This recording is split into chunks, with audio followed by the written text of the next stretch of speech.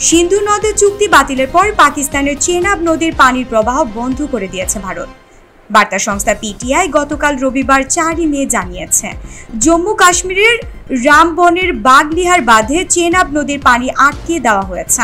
অপরদিকে কৃষ্ণগঙ্গা বাঁধের মাধ্যমে ঝিলাম নদীর পানি আটকানোর পরিকল্পনা করা হচ্ছে। জম্মু ও কাশ্মীরের পেহেলগামে সাম্প্রতিক সন্ত্রাসী হামলায় 26 জন নিহত হওয়ার পরই ভারত গত কয়েক দশকের পুরনো চুক্তি স্থগিত করার সিদ্ধান্ত নেয়। তবে পেহেলগামের ঘটনার একদিন পর 23 এপ্রিল ভারত একতরফাভাবে গুরুত্বপূর্ণ এই সিন্ধু নদীর পানি চুক্তি স্থগিত ঘোষণা করে।